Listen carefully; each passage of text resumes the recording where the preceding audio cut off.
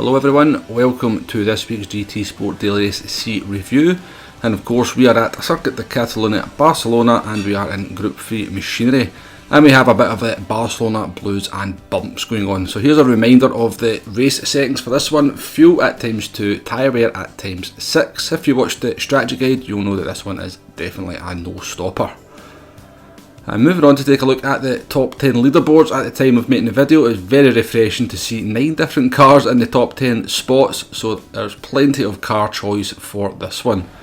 And we've actually went for a car that doesn't feature on the top 10 list there. We have went for the Jaguar. I always like to pick something a little bit different to what is popular. So cars that are popular for this one are the Porsche in particular. It seems to feature an awful lot, and it does seem to be a very strong car for the combination. Not tried it myself, I have to say, but certainly in terms of tyre wear it seems to be pretty strong, and people seem to be able to be quite strong towards the end of the race compared to a lot of the other MR cars. The first race that I did do this race in was the Citroen. Fairly quick, but come the sort of second half of the race, the sort of rear tyre wear made it a very sketchy car, and it felt like more a case of survival rather than being able to attack. So let's get this race underway as we approach turn 1 from 4th place on the grid. Qualifying time is a 1:45.251 at this point. We can definitely go faster. I think we can get into the 44s if we put a little bit of effort into it. But into the first corner we come, taking it nice and cautiously. No point in running wide there and ruining your race. I'm not entirely sure what P1 does. I think he goes wide at the turn 3 here and picks up a half-second penalty, or he may have picked it up earlier on in the corner. Either way, it's not a great start for the pole position driver, and it's allowed P2 to get a run at him into turn 4, and the Subaru goes up into the lead. They're going to go side by side as we approach turn 5 here, and the Lexus is going to retake the lead, but of course they've got that half-second penalty to serve in around about 20 seconds from here, so he is going to relinquish the lead to the Subaru at that point. So it's been a fairly hectic start to the opening lap, not for myself but for the cars in front, and all that fighting that we've had has kind of bunched the pack up, as you'd expect. As also the opening lap, so everybody is very close together as we come on to the sort of back straight here. So the Lexus of the poleman is going to serve the penalty that he's picked up. That's going to put him side by side with the Porsche down into Lacaxia.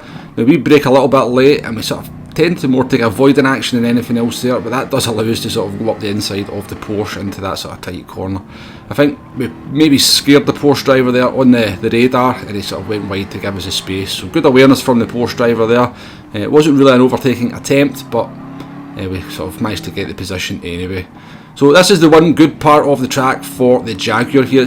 It's absolutely fine round the rest of the lap, but it can fairly clunk those curbs into the final chicane, get a reasonable exit, and it's got plenty of oomph down this straight. So I think this is essentially where I was kind of managing to make most of my lap time up around the sort of MR cars that most people were in. Certainly not a handling car, the Jaguar, definitely a power car. Coming down into turn 1, we've got the Subaru in the lead. Now I could see even from this point here, and obviously over the course of the opening lap, that he was having a little bit of trouble controlling that car, particularly on the throttle, and he's going to cause a little bit of carnage as this race progresses. So the Lexus is the pole position man, so he is the fastest driver on the grid, and he's looking to get away back through the Brit and the Subaru. We're just keeping a watching brief here, and we have got the Swede and the Porsche keeping a watching brief on everything as well.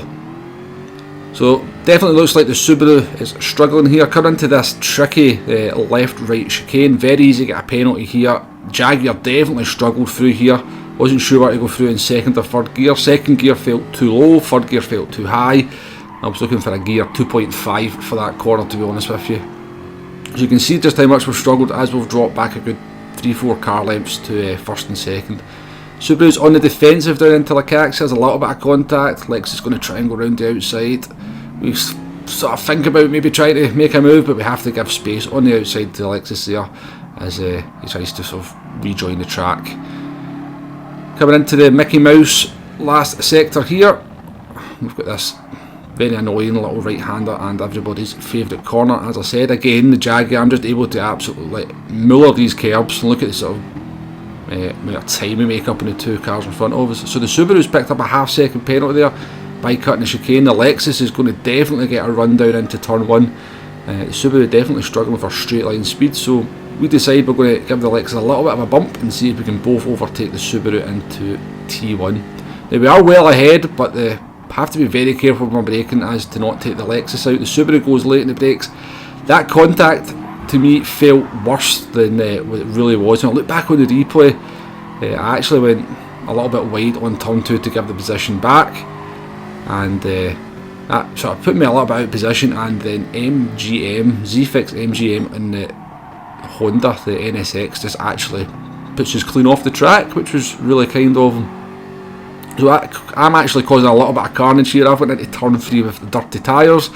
Donator, who is someone who comments on some of my videos, he actually was behind me going into turn 3, and I never realised he was there till too late, and I think I maybe pushed him a little bit wide. So I do apologise for that one if you're watching this video.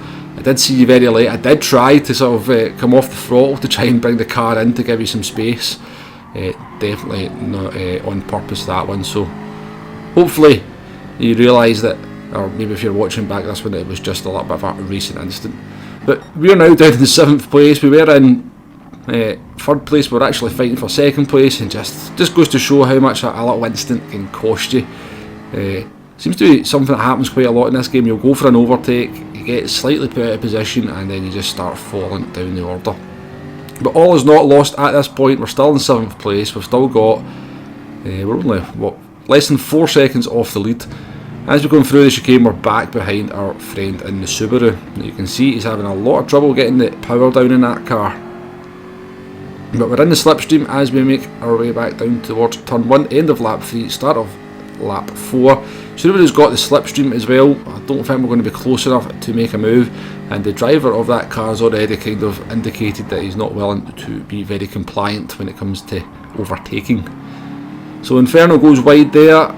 He gets dirt on his tyres. He's going to struggle into turn 3 here, but he's going to park it on the apex, which he's perfectly entitled to do. That's what I would do there as well. And we're not going to be close enough to get a run into turn 4. So we are now starting to be held up by this Subaru, and we do need to get past before the sort of 3rd, 4th and 5th there start to escape. So we're coming down into this sort of tricky corner here. The Subaru is going to get a bit of a slide on. He gets a slide on, just catches the curb, and that's going to let us get better traction and get a run down the inside into this left-right chicane. Now we've got a compromised line, so we have to brake a little bit early, but we are going to try and get the overtake, and I feel that the Subaru driver just cuts across our nose just a little bit too much. Now we're fully off the track here, just doesn't give it the space. There is contact, it's quite a big contact. Subaru goes sideways. I thought he was going to go flying off the track here. I was going to be quite happy just to sort of take the position if that was the case, but he does a bit of rally crossing, make another bit of contact there as he kind of comes to a bit of a halt in front of us. We go off the track, and that allows the Audi up in the inside of us, and we're down to 8th place. So not a finest bit of driving on my part there. I don't think I was 100% to blame. I think the Subaru didn't give me enough space, but let me know what you think about that move in the comments. So coming down into Lacaxia, Inferno's going to continue to try and fight things. He's got absolutely no control of this car. Again, makes a little bit of contact with us there. That allows this Porsche to go round the outside of us, round the long left, not left-hander, it's a right-hander, long right-hander. And we're all out of sorts here, and at 6s and 7s. But we're coming to the sort of only decent bit of track for the Jaguar. We bounce across the curbs nice and harshly, get on the power nice and easily. Inferno in the Subaru has another moment. We managed to guess right and go up the inside. He wipes out the Porsche, and we are back up into 7th place with some clean air, and hopefully we can just now get the head down, put in some solid lap times, and sort of demonstrate the actual pace that we've got in the Jaguar. If you look at the lap times there, our last 2 lap times have been in the 50s and the 51s, where we should be in the 46s and the low 47s. So not a whole lot is going to happen over the course of the rest of this race. We do catch up to the Swiss driver in the Audi. Struggled to get by them, but they did eventually pick up a half-second penalty. So we don't need to make any sort of rash moves. We're coming up towards the penalty zone in a couple of corners time, and we're easily close enough to take advantage of that. This was definitely a corner I was having a whole lot of trouble with. You can see how much the Audi, even on lap 7, who's probably struggling with their tyres, manages to pull away with us. Again, into this corner the Jaguar struggles. Did seem to just struggle in general in the dirty air of the cars in front, and certainly in the handling sections like the middle sector of Catalunya. So there's the Audi serving their penalty. We actually I was a bit nervous they're going to try and come back up the inside there, so we take the wrong line and miss our braking point slightly, but we do get the move made and we make it stick, and we actually pull away fairly comfortably, and we come across the line in 6th place for this one. So not the best race, I have to say. A few mistakes from myself, and I'm never happy when I make contact with another driver, although I think in both instances with the Subaru driver, I don't think I was 100% to blame. I think it was more a case of the Subaru driver just being a bit too desperate to defend their position. But let's move on to the next one and see if we can do any better for this race. Now, we don't have the actual gameplay footage for this one. For some reason it never recorded. So we are just going to use the replay footage and do most of it from the chase cam, so it'll be something a little bit different. So we are down in 9th place for this race. We did this race the next morning. This is the next morning after the last race. A few more players playing obviously at this time, so let's get this one underway. We're down into turn 1 again, obviously taking it nice and cautious. Longer run than the last race, so we are coming into turn 1 with a little bit more speed, and of course we don't want to wipe anybody out. Now the driver in the Audi in front of us, they actually, I raced them a couple of times over the course of the races that I've recorded. It seemed to be a really fast driver, somehow managed to keep those tyres very much alive in the Audi. I was behind him. I think he was running in 3rd place, I was in 4th place in one race, and I was just waiting on his tyres dying, and it just never really happened. So the first instance of this race is that the McLaren of the Spaniard, I think they started in 2nd position. They've had an instant into turn number 4. They've went wide, and this sort of, what happened when he sort of re-ghosted right in front of us is kind of how my luck is going to go in this one. So into the fast right-hander of Campsa. Probably the worst corner on the track for the Jaguar. Really struggles to carry a lot of speed through there. As you can see, the Porsche managed to get a run down the outside of us. We go defensive, and there's no room at the end there. Good try though from the Brit in the Porsche. So everyone's still nice and close as we come towards the end of turn 1, and we're going to come forward to the race leader, who's going to have a bit of an instant into the chicane. Now this is the driver that put us off the track at turn number 2 in the last race, so I'm not going to say I didn't enjoy seeing that, and particularly when we see what's about to happen a little bit later on. That is the reason why I decided to show you this driver spinning off, because he is going to feature a little bit later on in the video. So we're now up into 8th place. We're still behind the McLaren. We're coming into turn 1, and we go a little bit wide here, just not quite accounting for the slipstream obviously, and we catch that curve and get a little bit of a side swipe on. Porsche tries to go up the inside again, but again we just managed to go on the power early enough to sort of fend off that attack from the Porsche. So we have managed to sort of drop a little bit behind the cars in front of us. Let's see if we can close that gap up. That's definitely one thing I was finding with the Jaguar. I think it's had an increase in horsepower, so coming out the corners and trying to get the power down can be quite difficult. It's maybe just got a little bit too much power. So you can see a big concertina effect going on up ahead. We managed to catch back up to the pack just as drivers are scobbling through the tight section. It's very easy to start making up time on drivers that are getting compromised. So the Porsche actually gets a bad exit or gets a slide on out the chicane. We managed to go around the outside there, but we are slightly compromised coming down the straight. Even so, we should be comfortably able to get into turn 1 without too much of a problem. So we actually go back to our German friend in the NSX here, and you can see how far he is behind my car going into turn 1. So we're just going to sort of watch this in slow motion, or sort of going through the frame by frame. So he sort of dives down the inside of the Porsche into turn 1, and he's quite clearly, as you can see, going to make contact with me here. Now at this point in this corner you should not be on 100% on the brakes. If we check the Porsche, they're about 80 and I'm only about 40% on the brakes. Skipping forward a few frames as we come towards the apex. Now I have no reason to believe that that driver is going to be there at that point. He's still 100% on the brakes, so he knows he's got it completely wrong here. The Porsche about 80%, I'm still only about 30-40% on the brakes. And as we sort of skip forward a few more frames here, you can see it's a fairly big contact, full broadside into the T-boning our car. And as we slowly go through the frames here, we are in big trouble now. We're desperately trying to hold on to the car, and it works out perfectly for the German. He's managed to almost take the perfect racing line using our car. And you can see he's just accelerating out there. He actually accelerated through our car just to add insult to injury. So fairly big incident for my car there. We've got the Porsche on the outside. Obviously the tyres are severely heated up as we go into probably the most critical corner on the track. We make a very slight contact with SC9 Fire in the Porsche, and we pick up a 2-second penalty for that. So we've been absolutely dive bombed into turn 1, just trying to recover the car, not really compromised any of the other drivers around us, and we pick up a 2-second penalty. So not very happy with that sequence of events, I must say. We're still struggling to get the tyres back into sort of working range with the dirt and the temperatures. We're having to go defensive into turn 5 there, and we're now down in 10th place. And the race up to that point had been looking pretty good, but unfortunately the errors and the mistakes and the kind of pain of this race is still a little bit more of it to unfold. So we're now going to serve this 2-second penalty, and that's going to put us down to 11th place. It is going to bring 12th place into range of us as well. So we're actually going to skip forward quite a big chunk of the race here. We're on to lap 8. We've kind of been circulating with these 3 Porsches in front of us. They've been squabbling quite a lot. I've just been keeping a watching brief. Unable to really get a good overtake manoeuvre on any of them, but we do finally get a run on one of the Porsches down into turn 1. But as we pull out to try and overtake, we lose the slipstream in the Porsche.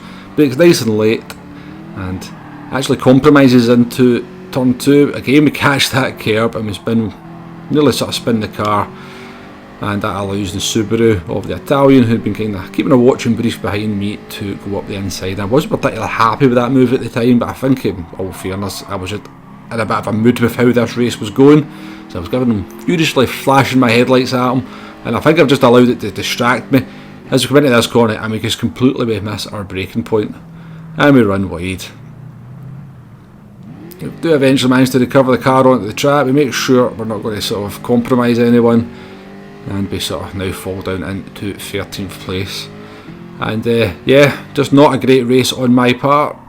We were actually going not too bad initially, but the sort of absolute dive bomb from the German driver down into turn 1 was just the start of a sequence of events that was going to mean that we started falling backwards through the pack. Now, I can't really blame anyone else but myself for the mistake into turn 5 on lap 9. That's just the way it goes sometimes.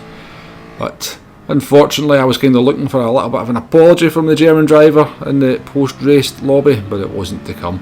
It did seem to be getting quite a lot of flack off drivers, so it would appear that he was maybe being a little bit aggressive with more than just myself. Now, I don't really want to kind of have a go at the driver. I don't think he did anything deliberate that I could see. I think it was just sort of race at distance and circumstance for the most part. But you know, if you do take a driver out, at least have the courtesy to apologise in the post-race briefing. I don't think you should have to wait on a driver, because racing incidents do happen. It's not a real thing in racing. If you take somebody out in real racing, you don't wait for them. So I know a lot of people think that's what you should do in the game. I don't really think that's the case, if I'm honest with you. But that's just my personal opinion on that. So it wasn't all doom and gloom at Barcelona. It wasn't all the blues of Barcelona. We did sort of pick up a 3rd place in our 3rd race in the Citroen. There was a race where we finished 4th in the Jaguar, and in the last race that we did, we started 9th place, and we actually were going to finish in 4th place, but it's really just a case of cars with fun always making mistakes. So there was 2 cars wide there at turn number 4 on the opening lap of this race. Coming to the end of lap number 3, the Audi that's in 5th place is going to get the very usual instant you can do in an MR car at the chicane. That's going to promote us to 6th.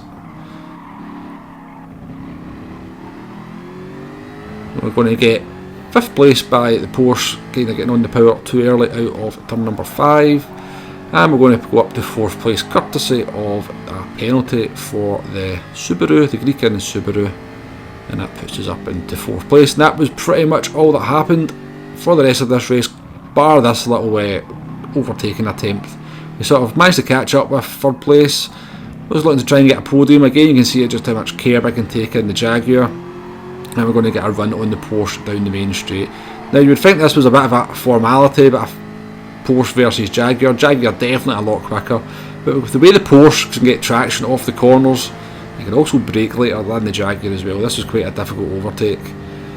We get a little bit ahead, but I knew he was going to defend it. I just wanted the 4th place, to be honest with you. Doesn't do anything wrong, but if I tried to go round the outside, he was just going to run me off the track by the looks of it. Which is what they would do in real racing as well, so I'm not sort of saying the Belgian did anything wrong there, just to be clear. But we're going to bring this one home in 4th place as well. So that was the 5 races that I did. I think we had 1 3rd place, 2 4th places, a 6th and a 13th. So we are going to do a few more races in this over the course of the week, so if you do see me on the track, then do say hello. I'll just finish it, let this video play out with the post-race chat from that last race we were just looking at. There is always some interesting comments if you feel like sticking around to see what people were saying to each other. If you've made it this far into the video, thank you very much for watching. I do appreciate it. Please hit that like button, please hit that subscribe button, and I shall see you on the next one. Goodbye now.